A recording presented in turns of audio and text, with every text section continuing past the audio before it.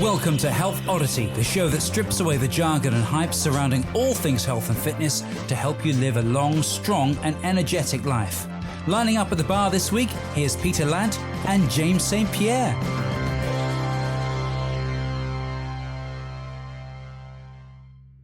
Hello and welcome to the Health Oddity podcast, episode 252. We are joined by a very special guest today who I will introduce you to in a minute. But before that, I am just going to touch base with Mr. Peter Lant, who is down in Bath in Somerset. How are you doing, Pete? You okay? Yeah, I'm right, yeah.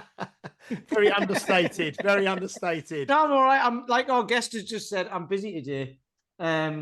It's one of those things. It's just turned into a busy day. So thank you both for making time to squeeze me in. Thank you both for making time to squeeze me in. Brilliant. Okay.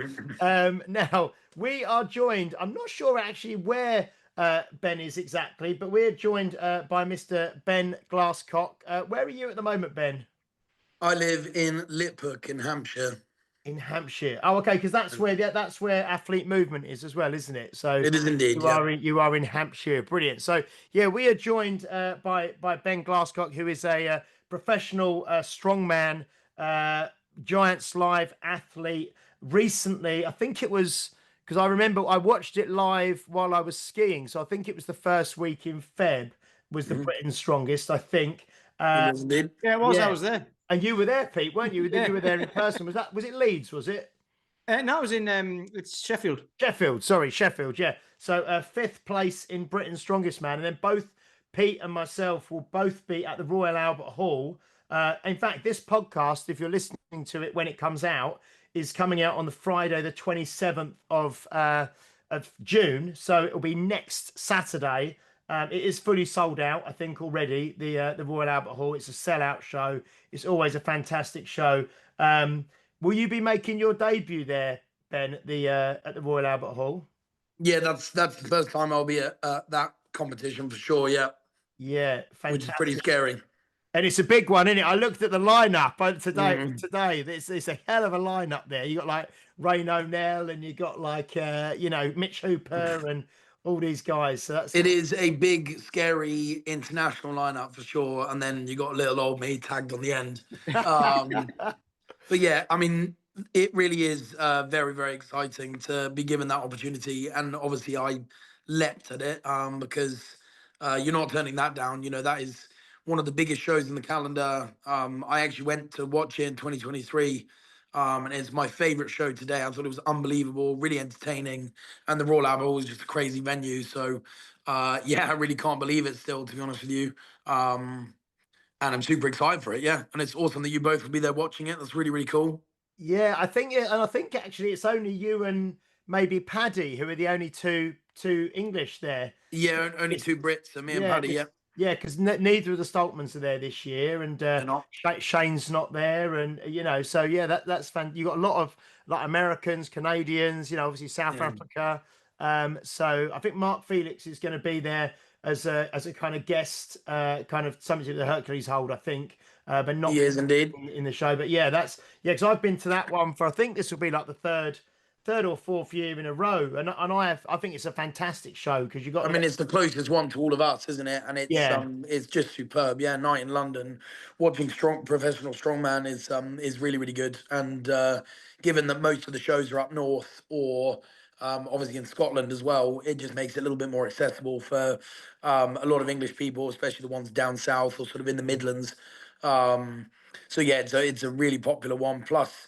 Always a sellout, like you said. And I mean, I think the weird thing about the Royal Albert Hall is you can't apply to do shows or events there. You have to be asked. So obviously Giants Live were asked to put on the Strongman Classic.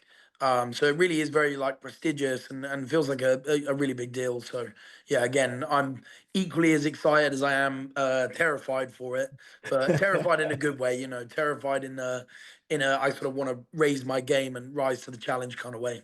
Yeah, and I think for a lot of the guys who come over, especially from like America and Canada, it's such a historic venue as well that they really, to do that in London, it's a real special event, and I think a lot of them really love that event. So no, that's I brilliant. mean, yeah, I'd relish it in the opportunity to do that if I was American or whatever. And it's quite a special venue as well because, as you guys know, you've been to see it. Everything's sort of right on top of you, like it's really close knit, Mm. and it's incredibly loud and very sort of crowd friendly in terms of the viewing experience and stuff. So yeah, I mean, I remember the atmosphere was crazy in 2023. Mm. So the fact that I'm going to be sort of in the middle of that atmosphere is just mind blowing. So yeah, Yeah, it'll be a bit like being in the middle of the Colosseum, I'd imagine, like as a gladiator or something. But honestly. it's just a wall of people all around you, isn't it? So yeah, wow. Yeah, the sea of noise and sort of very clustered and yeah, just incredible. Really can't wait. And then obviously, 2 weeks after that, very close vicinity is England's Strongest Man, which is in York at the Barbican Theatre, and obviously that's paired up with Britain's Strongest Woman, so it's like a weekend of strength that Giants Live and Official Strongman put on. So that'll be incredible as well. Very excited for England's. I feel like I have a good shot at the podium this year. And I'm also really excited for the women's show as well. I've been every year to the women's show. I really want to show my support, and I think they're great. I'm friends with a bunch of the women that compete, and it really is excellent. They put on a really, really good show. So, yeah, really excited for the next month coming up. It's a busy one. It's a big one, isn't it? Yeah, unfortunately, I'm away. I'm away when the that weekend in York is on. But I was at a show yesterday, not yesterday, Sunday in Ipswich, and Andrea Thompson was like MC in there and Oh, kind of cool. officiating. So, and we've had we had Lucy Underdown and Rebecca Roberts on, and Donna Moore on the podcast as well. So no, the women's strong woman or strong man, women's strong man or strong woman is in a really really good is in a really really good place at the moment, isn't it? It really is. Yeah, it's Yeah. brilliant, and it's on the rise. Because I mean, you got to think strongman in the scheme of things really is still a very niche sport. I mean, if you wanted to, you could probably not even categorize it as a sport. It's sort of sports entertainment more than anything. So it really is on the rise. Like strong women has grown exponentially over the past 5-6 years, especially. Mm, Um, and things like these, big professional shows are what that needs to take it to the next level. mm. You want to see a few, men's professional athletes who can do it as a full-time job. I would love to see over the next 5 years that would be the same case for the women's as well. But obviously, you got people like Giants Live, organizations like Rogue, and the Arnolds, who are making a big, big spectacle of strong women. So yeah, it's on the rise, and that's really, really good to see. No, that's I think excellent. what's really great about it is you guys kind of bring each other up, don't you? Because I mean, the representation from the UK and from England as well, like is within that, in sort of like in obviously in UK Strongest Man, but then in Europe's and then in the World's Strongest Man as well with Paddy Shane, Flynn was there, Flynn. Andrew Flynn, and Yeah, Shane and Jane was there yeah. as well, and then the representation in this, and also with the representation of the women in who are the strongest women in the world. So like Lucy Underdown, Donna, Rebecca. It's like there's like a huge pot now. Yeah, you're too right for sure. All I mean, coming up. Britain is so unbelievably strong in the strength and depth on both the men's and women's side, not just in the opens, but in the weight classes as well, which obviously shouldn't be forgotten, is just crazy. I was at Britain's Strongest Man and Woman weekend up at Fit Expo a few weeks back. I was doing the commentary on the live stream, and it was quite a like dissipated lineup, and there was still just immense levels of competition going on, especially on the women's side. I mean, some of the women's classes were so tight on points. So it's good to see that representation is there, but that the strength and depth is really at a good level as well. And I think that stems from things being cultivated at the grassroots as well. I know obviously both you guys and unique results yourself, and what we do at Athlete Movement and other things that I'm involved in as well. Hampshire's Strongest, the competition I run, we're really trying to push that sort of grassroots, beginner, novice level of the sport, women especially getting into it. I've done a real big push this year on getting the women's classes filled out, because the more competitive you make it and the more you push it out there, the more people can get involved, and then the level just gets better and better and better, and that's what we want to see. Yeah, no, that's fantastic. And what did so like you say, this is a fairly new sort of sport, certainly to this level. I mean, I know World's Strongest Man's been around for about 40 years now, Yeah. something like that. But what's your kind of sporting background, Ben? Or how did you come to strength training and then to pursue it as a sport in itself, as in strongman? Yeah, it's a weird one actually, because it's been a very slow burn. Like I didn't watch World's Strongest Man when I was younger. I actually didn't really care about strongman until 2019, when I met Adam Bishop, because he's local to us. He's about 10, 15 minutes away. He used to train at my gym a lot. Now he has his own sort of places to train, and he trains at home. But I got into it sort of because of him, and watching him. I would help him out in the gym, and then he told us about the competitions. And we went and watched one. We watched Wembley 2019. They did one at Wembley Arena. And I loved it. And I thought that's really, really cool. Professional strongman is crazy. I didn't even know about Eddie's deadlift record, really. I knew he'd pulled 500 kilos. I didn't know about Giants Live or anything like that when I was younger. So basically at school, I did rugby to no good level. I just played it, really liked it, liked the physicality of it. So I got into the gym because of rugby, because I wanted to get better at that. So I started like on my own with a weight set. My dad bought me in my garage when I was like 16. And I did a year of training, going on bodybuilding.com forums, trying to find out what the hell I was doing. Just figuring out by myself and making plenty of mistakes along the way. And then I sort of stopped training like in the gym when the rugby season was on. And then it was a bit hit and miss throughout school. And then got back into it before university and at university. And just before I went to university, I got into powerlifting. So I did my first powerlifting comp in 2016, I want to say. Yeah, I think it was 2016. Um, and was that before or after university? It might have been after university, I think it could have been. So yeah, I really like, it was a real slow burn. I think I got into the gym at university, started taking it a bit more seriously, and I was like, oh, powerlifting's fun. And I got into competing. No, I did it before university for sure. Sorry. And then we've set up like a powerlifting club at my uni because it was just not even known. So, and then I sort of realized I didn't really like my business management degree. I sort of was just getting my way through that just to tick it off. And I was like, you know what? I just quite like the gym. I like helping people in the gym. I like, coaching people on what to do, and the community aspect of it. Maybe I should look at that as a career after university instead of this dead end business management degree, which I had no idea what I was doing with. So in the summer before third year. It's funny because when we had Paddy Haynes on, he's got I think he's got a master's in forensic accounting. In a forensic, and he was an accountant. Yeah. So you decided maybe the gym stuff was for you. Yeah. Honestly, it's weird. Like I think you can have all sort of background, can't you? Like it's not necessarily that I did like sports science or anything like that at university. I as I said, it was a real slow burn, and I sort of found a while to find my passion. But I think that's good advice for others. Like you don't need to have it figured out immediately. You can take your time with it, and there's no sort of time limits on these things. I know people who get into strongman or get into anything at 30, 35, 40 and have great success in it. I'm 48, mate, and I'm just finding out what I'm trying to do, what I'm doing. That's what I mean, and like, yeah, there's no limits on when you can become passionate about things and sort of improve on stuff, is there? But yeah, so did that uni, and before third year, basically went and got my personal training course in the summer. I did like an intensive one up in London because I thought, oh, that's that'll be a good thing to have after uni. That's what I'm interested in. Then third year, half work went on the degree, half work went on, expanding all my knowledge and how to coaching people for free, gaining experience.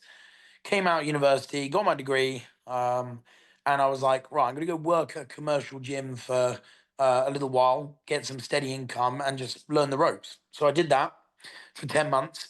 And then I realized that you would just be held back in a place like that. The management were really hard to get on with and made your life really difficult. I'm sure, I don't know if you guys have experienced with working in a commercial gym or similar.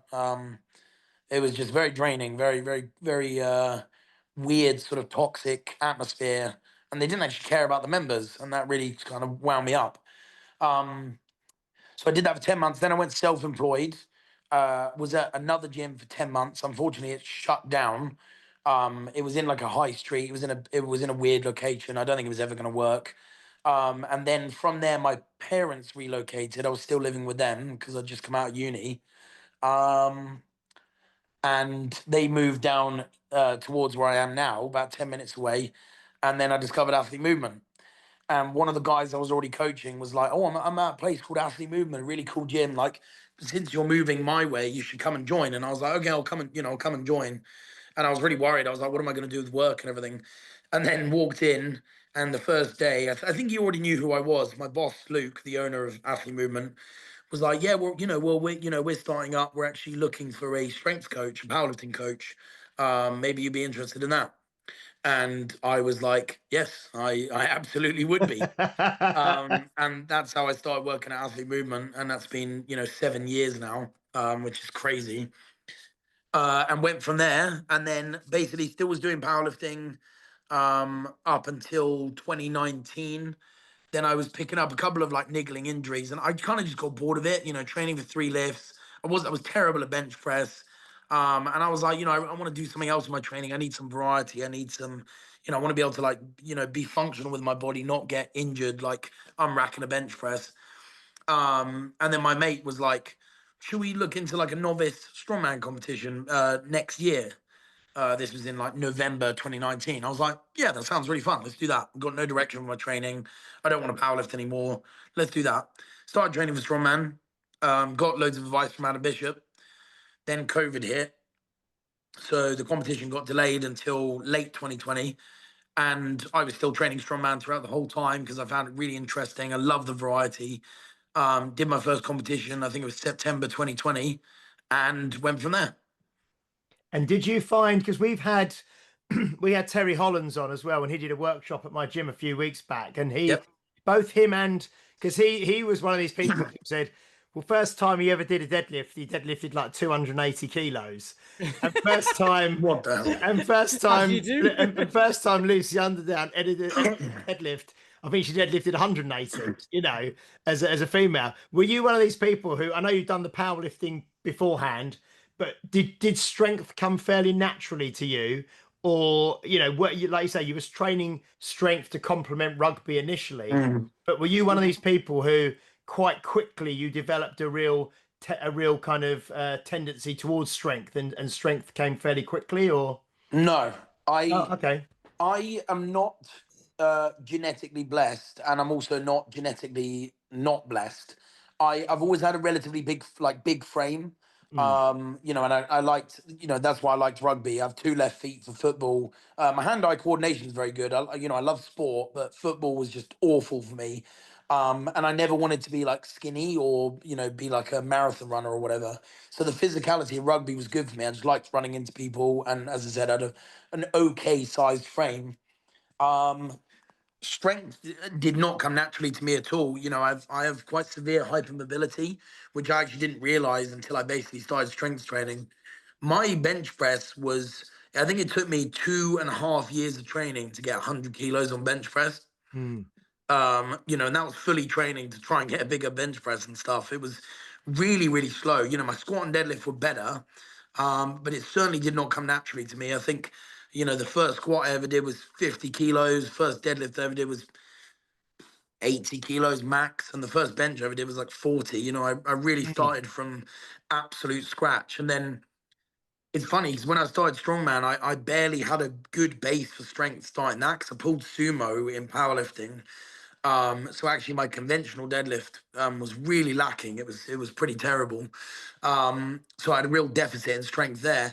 And actually not much of the strength I got from powerlifting carried over to strongman at all.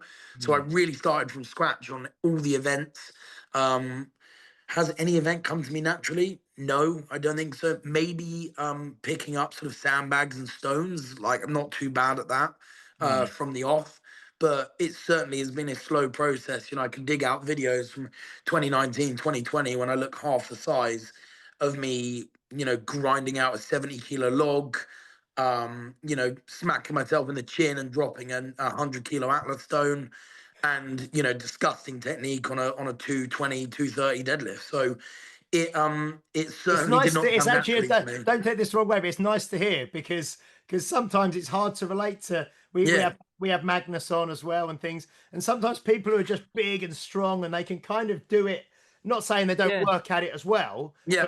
but they certainly work at it. But you know, when someone says, "Oh, well, first time I ever did a deadlift, I deadlifted 280," No, you're it's kind of like, crazy. well, Yeah, you know, you're kind of like, well, but it's nice actually to I think more people can obviously relate to your story of actually training and you know taking years to get to where you want to get is yeah. yeah is excellent. Yeah. Thing is, I've always just loved the process. Like, you know, I don't want to like blow my own trumpet or whatever, but like I have worked, you know, insanely hard to get the results I've got and to where I am. You know, it's as I said, I could dig out videos of like just the worst technique you'll ever see, and it's just been constant work and you know, consistency with everything really. Um, Plus, you know, some very sort of steady body weight gain and stuff like that in terms of taking it to the higher level. But yeah, as you said, it's a little bit more relatable when someone, you know, has done that sort of slow progress, because you do get some monsters and some freaks in the sport, and in other sports who just pick it up like that, Mm, and you wonder how they do it. You know, some people just burst onto the scene, and it's like they've done it forever. You know, but yeah, mine has been a real slow burn. But I feel mm, like that's really helped. You know, my coaching ability for, you know, complete beginners to, you know, people who are sort of intermediate and want to take it to that advanced level, because I've, you know, you know, done those footsteps myself. I've you know, done those stages of training, and, you know, suffered through the slow halting progression, injuries, inconsistencies, poor technique, you know, not being able to pick something up quickly for years and years. So it's yeah, it's good. It's good. excellent. And I wouldn't change anything, you know. yeah, and are you still coached by Shane Flowers at the moment? Is he coaching you I at the am, moment? yep, yep. Yeah, yeah. Yeah. I'll be with Shane for until he gets absolutely sick of me. I think he is just awesome. He really has taken everything to new levels for me.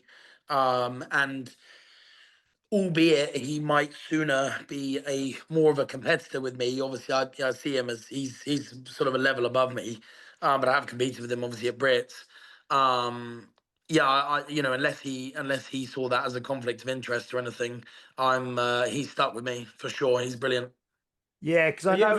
ever gonna do the Darth Vader quote if it ever happens? You know, Yeah, the legit. student has become the master. The student has become the master. Yeah, Yeah, because I know. honestly, it's Yeah, I remember because when I was out in Iceland last year, and I mentioned to because he was out there for the Magnus Classic, and I sort yeah, of said, "Oh, you coach Ben, don't you, Ben Glasscock, don't you?" And he said, "Oh yeah." He goes, and he said he's so athletic. He's just he's so good. He's so athletic. You know about you, you know. And I saw when you yeah, came for the Brits, and you do, you know, you're very like you mentioned the hypermobility, didn't you? You know, you can do high kicks, you can jump high. You're very kind of explosive and dynamic as well. yeah. So do you think? I mean, do you think seeing what happened with Paddy this year, the fact that he kind of really a year in the last 12 months, he just kind of came on leaps and bounds, and then qualified for the Worlds, and then obviously made the final. I think came fifth in the end on that. I mean, do you look at someone like Paddy, who's in England, who's obviously in England as well, just kind of a similar level to yourself, and think, well, maybe in a year or two, you know, that's where is that where you're kind of headed mentally, do you think? Yeah, it's a weird one because obviously, I mean, Paddy has had a meteoric rise, but it's funny. I have been competing with Paddy for 4 years. Mm, You know, there's a video of us on my YouTube of us at the UK Southern Natural Qualifier together, and him just dominating everyone there as well. You know, he really has always had that spark and talent for strongman. But similar to him, you know, he didn't start good either. He was a marathon runner, you know, quite literally half the body weight he is now. But I've competed with Paddy for ages too, and I would say he's a good example of more of a sort of slow burn, you know, taking your time. But then the last sort of year and a half, he really has had a meteoric rise, and it's inspiring. You know, it gives me a kick to keep up with him competitively. You know, make sure I'm ticking all the right boxes, and yeah, I've over the last sort of year for myself, I've really worked on my own like self belief and stuff. So before I obviously the first England strongest man I qualified, the Giants Live one or the official strongman one was 2023. Before that, at sort of for that entirety of like the later end of 2022 and all of 2023, I had like severe performance anxiety before all my comps. Nerves would it wouldn't ruin my performance at all. But the nerves were crippling in the week leading up to it to the extent where, you know, it was just like ruining my appetite, ruining my sort of mental health really the week before a comp. And I was like, I really want to sort that out because that's unlike me, firstly, because I like to just enjoy things and take it in. And secondly, I can't go and push on to higher levels if I've got this like, you know, riddling my entire brain and body. So I got some like sports psychology sessions, and that was just sort of game changing before and after England's Strongest Man, and then that's really just changed my whole outlook on how I view strongman and my self belief, as I said, about my own performances. So I see no reason as to why I can't qualify for World's Strongest Man 2026. That is a major goal for me. You know, I said to Shane the other day, all I want to do is qualify for a World's Strongest Man. Then I can just die happy. Like we're all good then. And I think I'm saying that because at this stage, it is a realistic thing that could happen. Rather than being like, oh, you know, I'll just turn up and like I really want to. I'm trying to give self belief behind my performances because for me it helps me sort of raise my game mentally and physically. You know, as we all know, if you're not mentally 100% and sort of committed with intent and everything, physically you're always going to be slightly held back. So for me, sort of connecting both is super important. So yeah, sorry, I went off on a tangent, but linking back to what you said about Paddy, you know, it's yeah, it's massively important that I'm sort of trying to chase him, you know, and he's brilliant. He's a you know a superstar. This is what I was like. I alluded to that earlier a bit, like with the women and the men as well. It's like everyone's bringing each other up, which is brilliant. But what you've just said there is fantastic because obviously you're big guys in an arena lifting heavy stuff, but you still go through the same thing as everyone else, right? With performance anxiety and all of that, and people won't necessarily see that or even think that that would happen. It's like, well, no, you're just a big confident guy. You can lift stuff, you know what I mean? So it's really good because like the people listening to this will be able to, like you said earlier as well, starting from the beginning, starting out light, and then you said you naturally love the process, and we say that all the time. If people want the result, you've got to follow the process, and if you don't like the process, you know it's just not going to work. And then if your head's not in it as well, then you're absolutely screwed. So it's really nice. You've just put it all together there in a package for everyone, basically, of just enjoy the process, start where you're at, get stronger, and get your head in the game, and then you win, and then you become Exactly right, exactly right from yourself. Then you know, then you remove your own limitations, so to speak, isn't it? But Yep.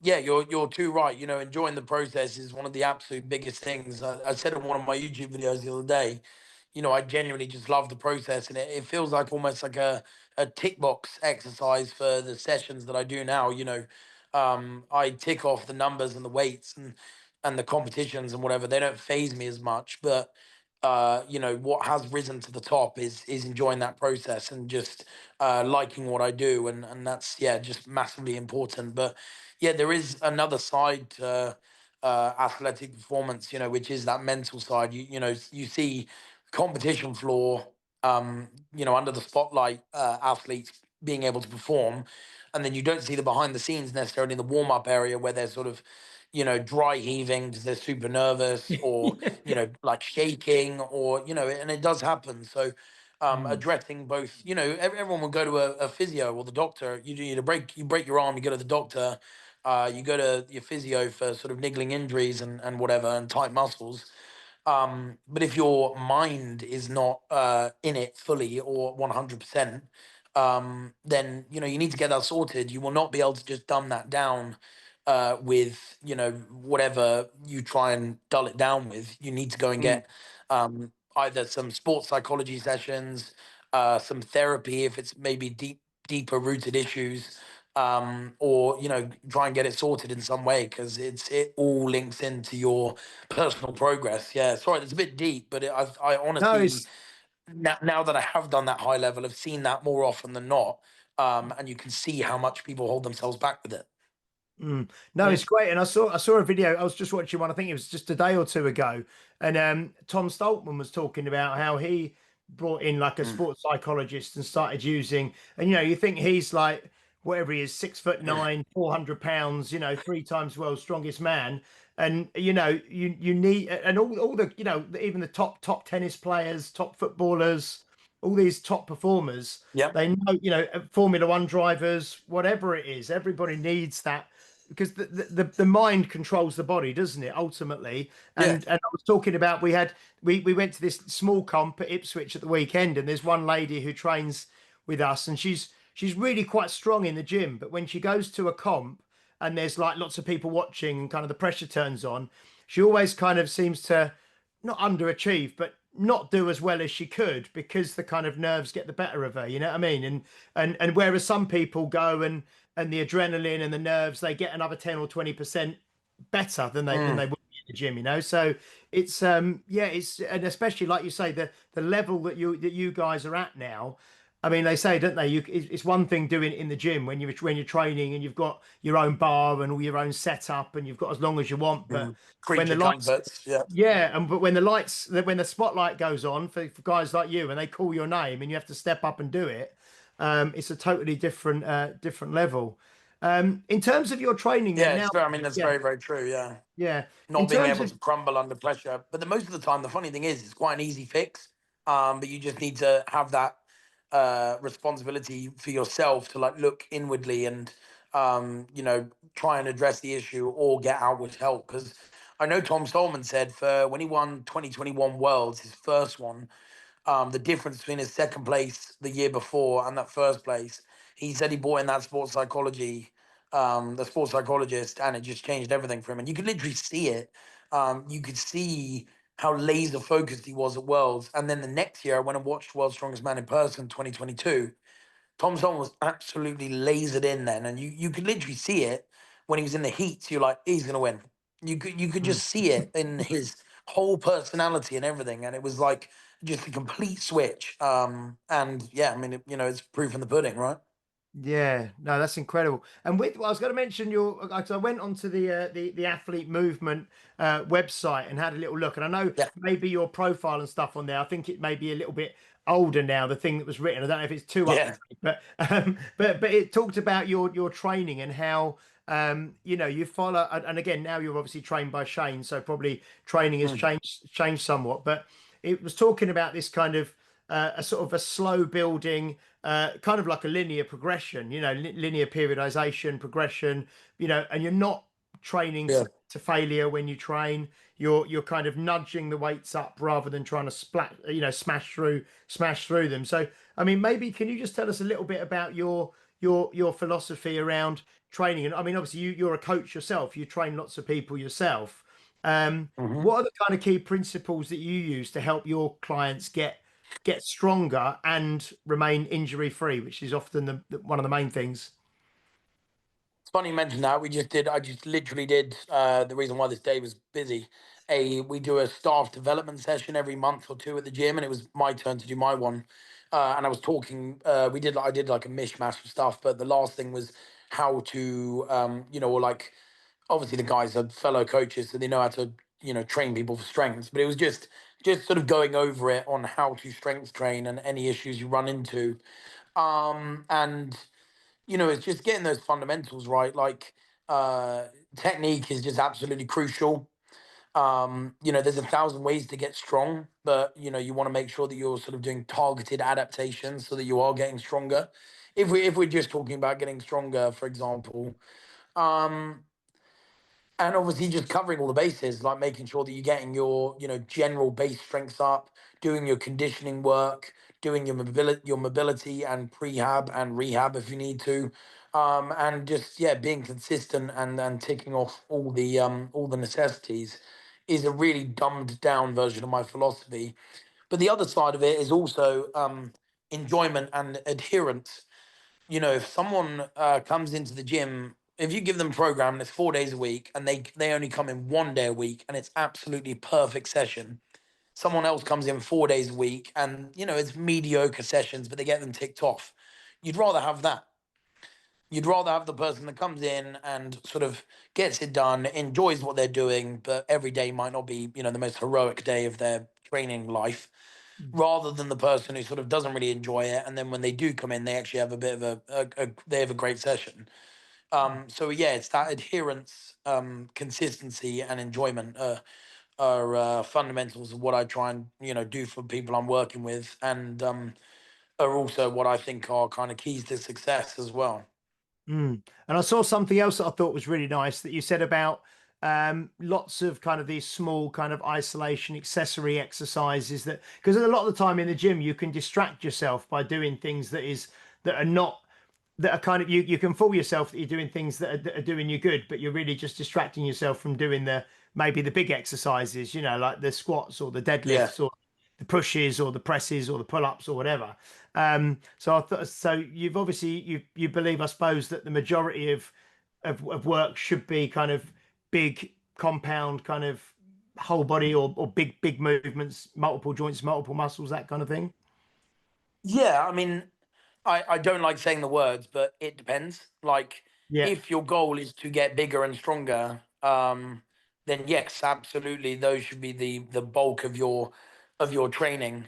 But that's not to say that you can't have other exercises in that you maybe enjoy, or are going to keep you adhering to your program and stuff like that. So if someone wants to get a bigger log press, but they also want big biceps and to enjoy like a good pump in the gym, and they're working with me, I'd make sure that they're getting both. Mm. They'd get their log press progression and they'd also get the pump that they want to enjoy. So Mm. it's yes, like the bulk of your training should be done around multi-joint, effective, big lifts for the majority of your training time. But there's always a place for other stuff if someone wants it. And as I said, those big three for me: adherence, consistency, enjoyment, will always be at the forefront of someone's program if I'm working with them on an individual basis. I'm gonna focus on those, and anything else is an afterthought really of those three. I think that's really good, because most people, the adherence and the consistency is what everybody says, but I think it shows that when you're working with not just athletes but sort of regular people as well, and athletes, but enjoyment is something that's Mm. often overlooked, isn't it? You know what I mean, by coaches, because it's like, well, this is what you should do, and this is the most Yeah, effective, and maybe this whole kind of my way or the highway kind of thing. It's yeah, the like, kind of, yeah, research, scientifically back training, this is yeah. what you should be doing. But if you don't, like you say, if you don't enjoy it, you're not going to keep doing it, and then you're not going to, if you don't enjoy it, you're not going to adhere to it, and you're not going to be consistent anyway, are you? So yeah, no, that's That's the thing. I mean, yeah, it's got to be. You can't be dogmatic as a coach or a personal trainer, of which I am both. You have to be relatively open minded, and also it's remembering that the human comes first, like the person comes first. They're paying you, to so that they can enjoy what they're doing and get results. And it depends on what they say. If someone says, "Look, I want to get new 1 rep max deadlift in 8 weeks' time," and you go, "Cool," and you set them this, and the next week they're maxing out, and they're like, "Well, it's just for fun. It was what keeps it fun for me." Yes, I'm going to bollock them. And because I'm like, well, you told me last week that in 8 weeks you want a big deadlift and you're already going off program. So unfortunately they meet my wrath. But once they understand why that's a terrible idea, it's normally a little bit better. But it really, as I said again, it depends. I really don't like saying those words, but I have a couple of general population clients. I have a couple of I've got like a older couple who I train. He just wants to make sure he's healthy so he can lift his granddaughter, play with her, not have pain on his walks, and not have pain when he's gardening. Um, and he told me the other day he managed to lift. It was something like a tree, like something you put in like a tree stump as the base. Never been able to move it on his own. Always a two-man job, and he managed to lift it on his own because of all the work we've been doing in the gym. And that to me is just so awesome. Like, you know, and then equally, I have people, trying to qualify for England's Strongest Man and, Britain's Strongest Woman and doing, national competitions and international. So I love the variety, and it's always interesting to see what someone's goal and priority is, and the training's got to fit around that. So yeah. Excellent. And just on your kind of size, you mentioned that you're already a kind of a fairly solid guy when you started training from rugby and all the rest of it. But what's your kind of weight sort of sitting at the moment, and how do you find that you've managed to increase weight, if you have increased weight quite a lot, and you're kind of just the basics of your diet, I suppose. Yeah, so I mean, when I was at university, I had a bad first year. I got really homesick. I was in like halls that I hated. It was really bizarre. I went to Oxford Brookes, and it's actually been scrapped now, the campus, but it was basically really far away from like the main couple of campuses. So I just hated it, but I stuck it out because I was like, right, I need to do well. But unfortunately, my comfort was food. So I ballooned up in university to like 116 kilos. Before it, I was at like 102 maybe because I was competing in 105 kilo powerlifting. Mm. Then I cut down for second year, did like a big transformation thing. Then I put on a bit because I was strength training and powerlifting, but it wasn't like terrible weight. So I came out of university at like 106 kilos. Then once I quit powerlifting, I went up to like 110. Then it was very steady gain from there. It's about 5 kilos every 6 to 8 months from there. Currently, Mm. I'm weighing 139 kilos, 140 kilos if I've had a pizza or something like that. um, and that is a really good weight for me. I feel pretty so. I'm 6'1", so I'm not a monster. I'm not super tall. Mm. And this feels like a really good, sustainable weight for me. I recover. I've still got my speed. I've still got my fitness. Um, I wouldn't really want to get too much heavier than 142, 143 for the Mm. next 2 or 3 years at least, Mm. if not for the foreseeable, because there's just no need. I also still have a lot of body fat I could lose. And I could, do a couple of phases where I recomposition to take down some of that body fat and make sure that I gain a bit of muscle. So, um, yeah, it's been a steady gain. I haven't done any crazy like bulking or anything. Mm. Um, and I've always kept my mobility, speed, and fitness. Those are kind of three key elements. I said to myself, if you're going to gain weight, then you need to keep those three elements. And if one of them even slips, then you need to lose the weight. Mm. And luckily, none of them have slipped because I work really hard on all three of them. So yeah, I'm in a good place, and this is kind of where I want to stay Mm. for the foreseeable. Yeah.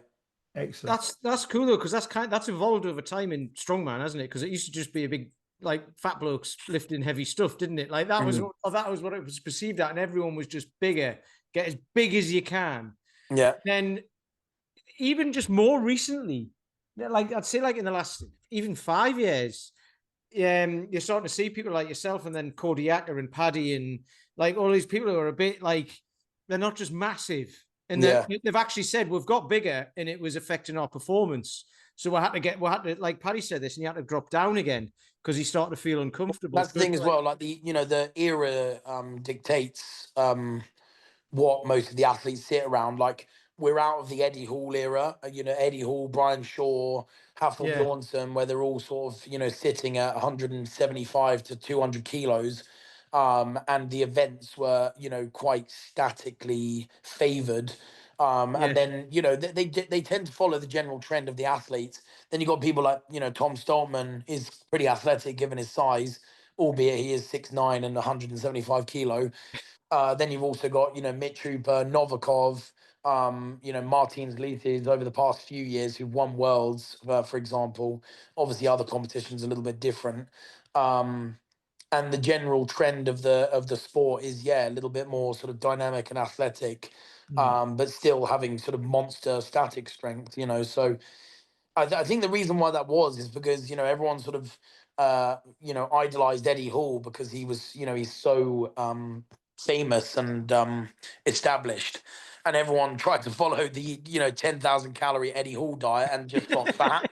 And, he's like, we're not all Eddie Hall, and we're not doing what he's doing. So I think people have kind of realized that and strayed away from it. That actually having a bunch of useless bulk is as I said useless, and will not make you do well at strongman. So yeah, it is interesting though to see the shift, isn't it? It made him do well, but he stopped as soon as he won. He was like, right, I need to exactly because he was ill. He was going. Well, his health was just probably, on the absolute brink. He did unbelievable, inhuman things.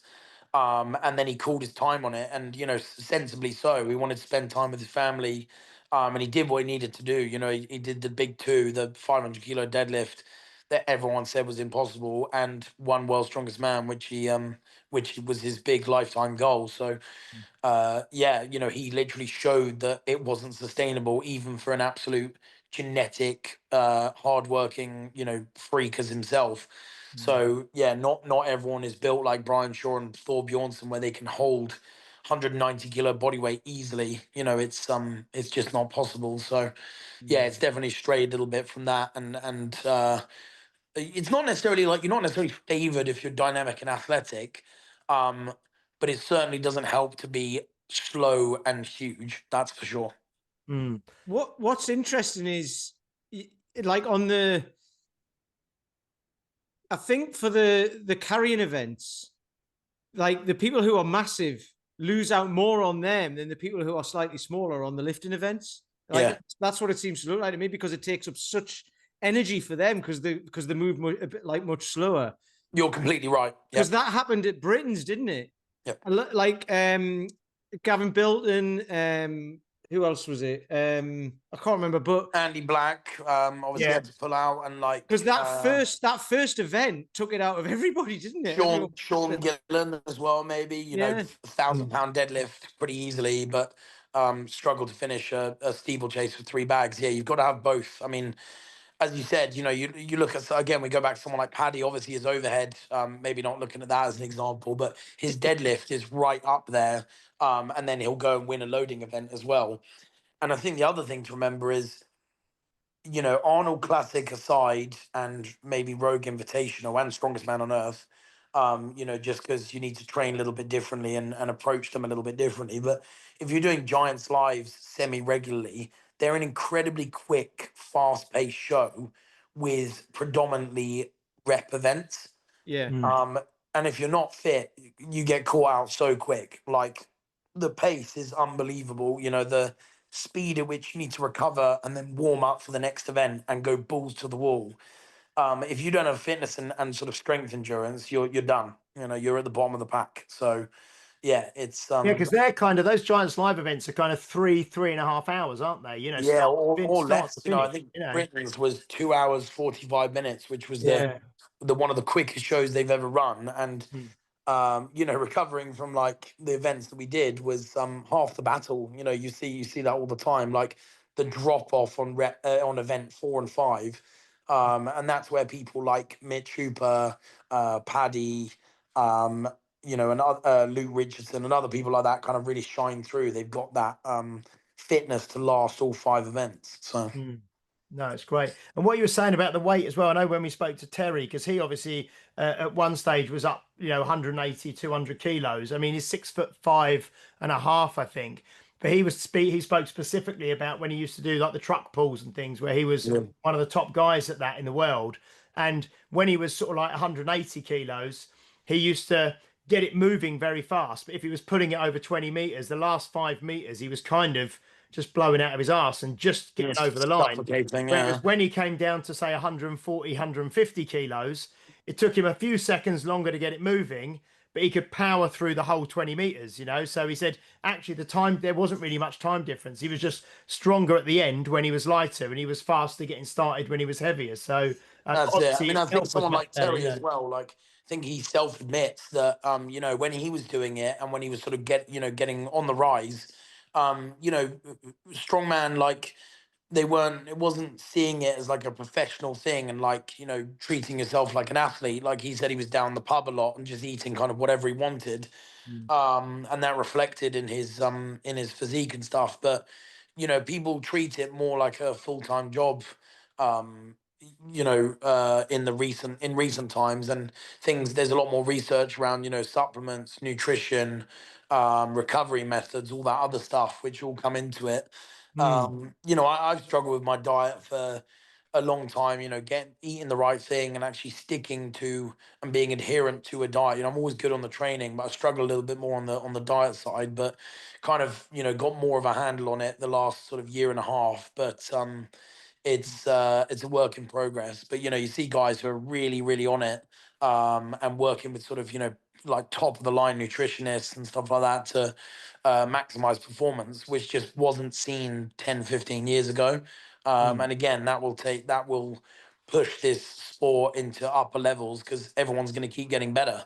That's just what happens in it. Like F1, the cars get better, faster, more efficient, the technology increases.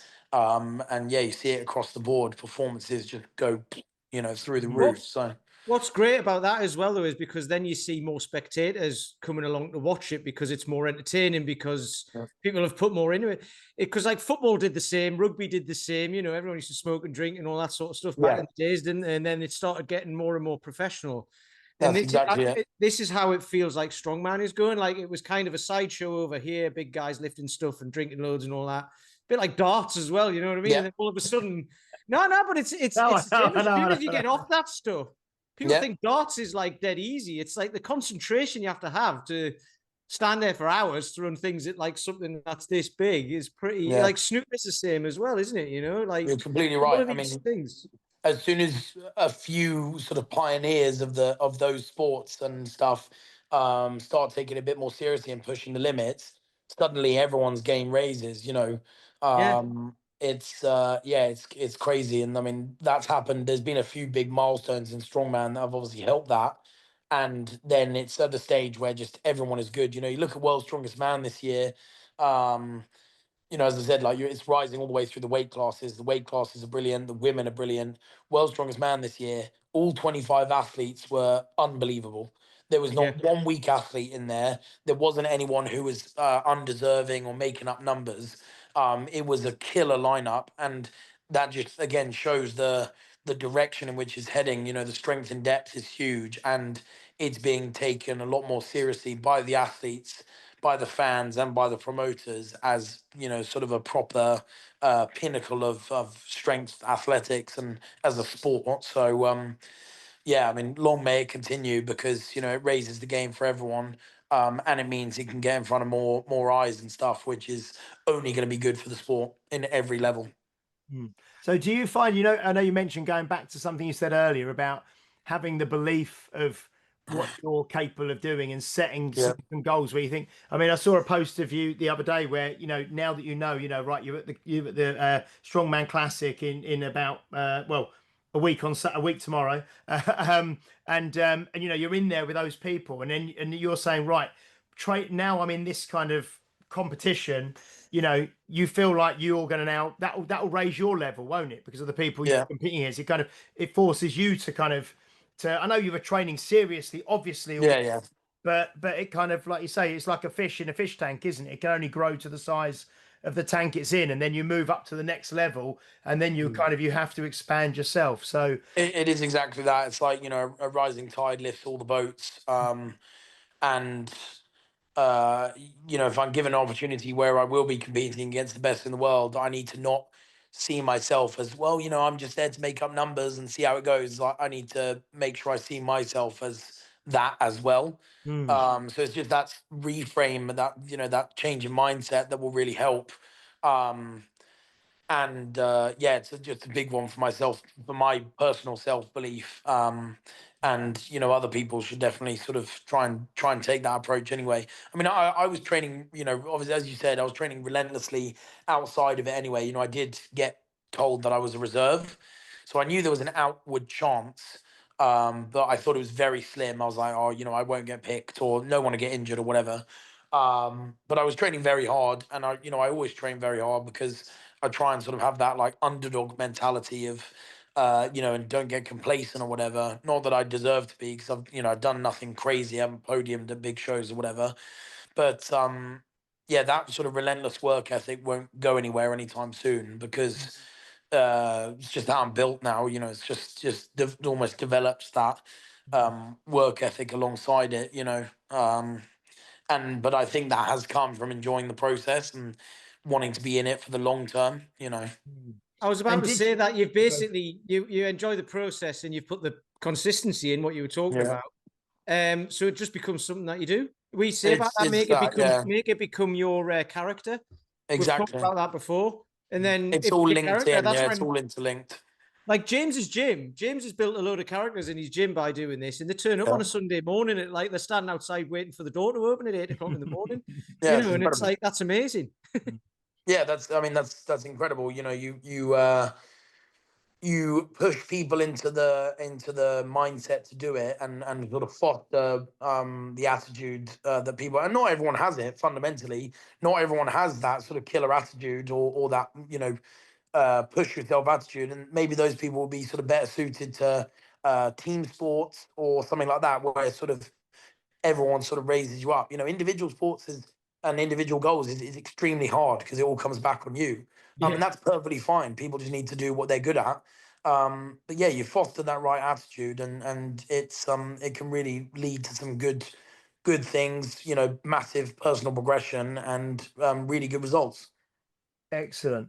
Now, Ben, I really appreciate it, because like you said, you just trained earlier, then you just came straight on, and you were, you know, I think you just finished the training session, hadn't you? And you came on with us. So at the moment, then you're obviously competing at an incredibly high level at Giants Live and things. You coach in person out of athlete movement, don't you? You said, I think, yeah, and then you also do online coaching as well, don't you? Yeah. Is that through is that at BLG Strength? Yeah, that's me. Yeah. So I mean, I'd really recommend. I mean, certainly for your, I think some of the educational stuff you put out as well, the kind of the training tips and the pieces to camera that you do are fantastic. So I mean, where are you most wanting people to kind of follow you to find out more? Are you YouTube? Are you Instagram? Where are you putting most of your efforts at the moment? Thank you. I appreciate that. Yeah, I mean, multitude of social media channels. So I'm trying to sort of build up my YouTube at the moment, just because I think it's good. Like I like watching other athletes and YouTube personalities myself. You know, when I'm eating or whatever. So I want to try and sort of put out that kind of content. But then on Instagram, I am also put, you know, my training tips, you know, workshops or whatever that I'm running. I'm really trying to just do a bit of everything at the moment, you know, and just see what sticks, see what lands, and what I enjoy most, you know, because I've got a big old variety going on. But yeah, if you want to catch me, my YouTube channel is BLG Strength, my Instagram is BLG Strength, and those are the sort of two big ones for sure. And then yeah, I'm a busy boy. I do personal training, athlete movement, online coaching with members there and people who aren't members there, and all sorts of other bits as well. So yeah, keep up with me, and there's a lot more to come. Oh, my cat's joined me. It's something about big, strong people and cats as well, isn't there? Yeah. I'm a big softie for animals. I love cats. I would get a dog if I could. Hello. I would get a dog. When we had Pavlo Kordiaka on, he was live from Ukraine. He is a big fluffy cat. Cats all behind him. That's fantastic. Yeah.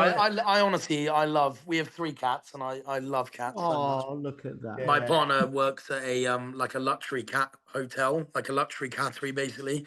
So I get to see cats all the time. But yeah, I'm a big softie for furry animals. But yeah, it's good fun. They keep me entertained. No, well, thank you so much for joining us, and we will see you like I say, next weekend at the Royal Albert Hall. Really Amazing. hope you smash it. Can't wait to see that. Really looking forward to that event. And I was going to ask, did you ever do any? Because I know, did you ever do any of the Ultimate Strongman events, the Glen Ross stuff? Did you ever do any of those? I have done. I did. Did I do two? Oh no! So my second ever competition, or maybe third, was the qualifier for Ultimate Strongman, and I got absolutely buried. I remember hitting 300 kilos for a personal best on deadlift. Um, I failed the log because it was like 130 or 140. Got absolutely crushed by it. And then I also did another one in 2022. I want to say, didn't do very well there either. Got crushed by the Viking press, crushed by the silver dollar deadlift. So I mean, I've always been a big proponent for sticking yourself in the deep end and seeing where you land, basically, and that's the only way you're going to grow. As we said about putting yourself in a bigger tank. If you're a little fish, then you have more room to swim. So yes, I have tried and failed. I know The only reason I was. asked, the only reason I ask is because I've been to the last two UK Strongest Man and going to this year as well. And very often you see people do that and then they kind of progress. Because I think Giants Live would be kind of like, I suppose, I don't know if you know, like the Premiership, if you like. Yeah. And then the next one's like the Championship kind of thing. Because obviously you see like Andrew Flynn and Paddy Haynes and Paul Smith and all those guys have kind of come. Matt Diamond came through this year as well. Matt Diamond, yes, they come through the kind of Glen Ross ones, then go up there. So, but I just had never seen you at one of those ones, so I wondered if Flynn and Paul Smith, especially. I mean, Flynn has been doing it for like 11 years, and obviously Paul has. I think Paul, won the under-23s Ultimate Strongman. So, it would be something that I would be interested in, but I really want to give Giants live shows and above the biggest shot to try and get to World's Strongest Man in the next 1 to 2 years. That's sort of a big goal of mine, and unfortunately, trying to qualify for Ultimate Strongman doesn't fit into that. But I'm certainly not envious of Paddy. I mean, he's got and Andy and Paul. Actually, they've got, especially Paddy. He's got Royal Albert Hall. No, sorry, he hasn't. He's got UK's first. UK's qualifiers. He'll probably get through to the final. UK finals, Royal Albert Hall, England's Strongest Man. Like, that's a lot of big shows to do in a very close vicinity. So I'm kind of glad that I'm sort of not qualified for that scene, and as good as it would be. And so I think the UK's, because the UK's qualifiers in Milton Keynes, then the finals in Nottingham, then the Royal Albert Hall is 3 weekends in a row, I think. And then he's got like 1 weekend off or 2 weekends off. Then it's the England's, isn't it? So it's thing is, I know Paddy, he's so resilient. He's like Mitch Hooper. He won't be phased by it. But UK's is not.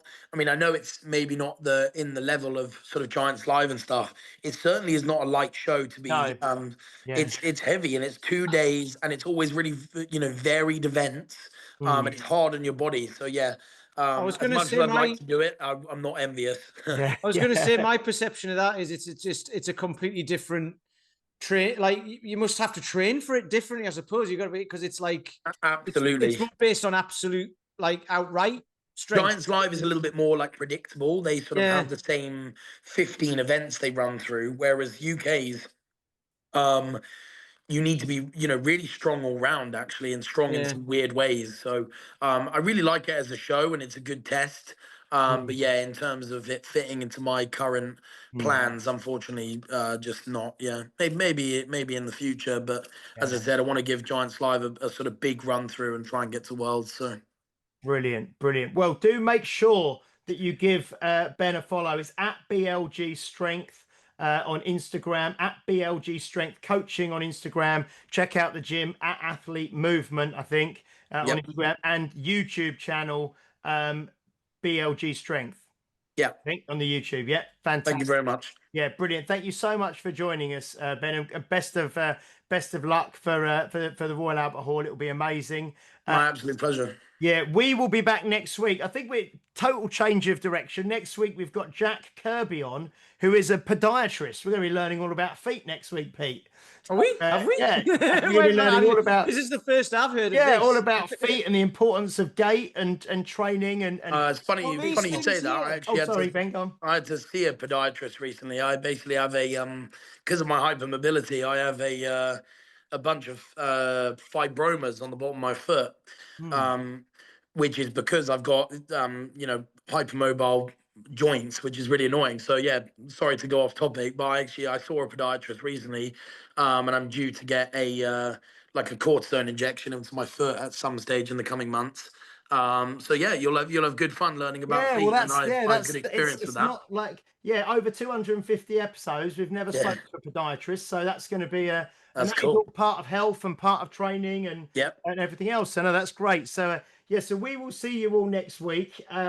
Please do like, share, subscribe, leave a review if you're watching or listening on a platform that allows you to do so. Like I say, I think the Royal Albert Hall show is sold out, but at the time of us recording this, I think you probably still can get some tickets for England's Strongest Man and Britain's Strongest Woman, both over the same weekend in the Barbican in York. And I think that's the 19th and 20th of July, I think. Yes. Yeah, 19th and 20th of July. So you can maybe still get a ticket for that when that comes out to go and see Ben and lots of the other people we've had on the podcast competing as well. So yeah, thank you, Ben. And we will see you next week. Thank you, fellas. I really appreciate it. And I'll give you guys a wave at Royal Albert Hall. Thank you so much for having me on. I really appreciate it. Yeah. Brilliant. Excellent. Cheers, guys. We will see you all next week. Thank you and bye-bye. Brilliant. We'll hold you to that. You've been listening to Health Odyssey with Peter Lant and James St. Pierre. To get your regular fix of hype-free health, you can subscribe and leave a review wherever you get your favorite podcasts. You can find out more on today's and other topics at healthodyssey.com or find us on Facebook or Instagram by searching for Health Odyssey.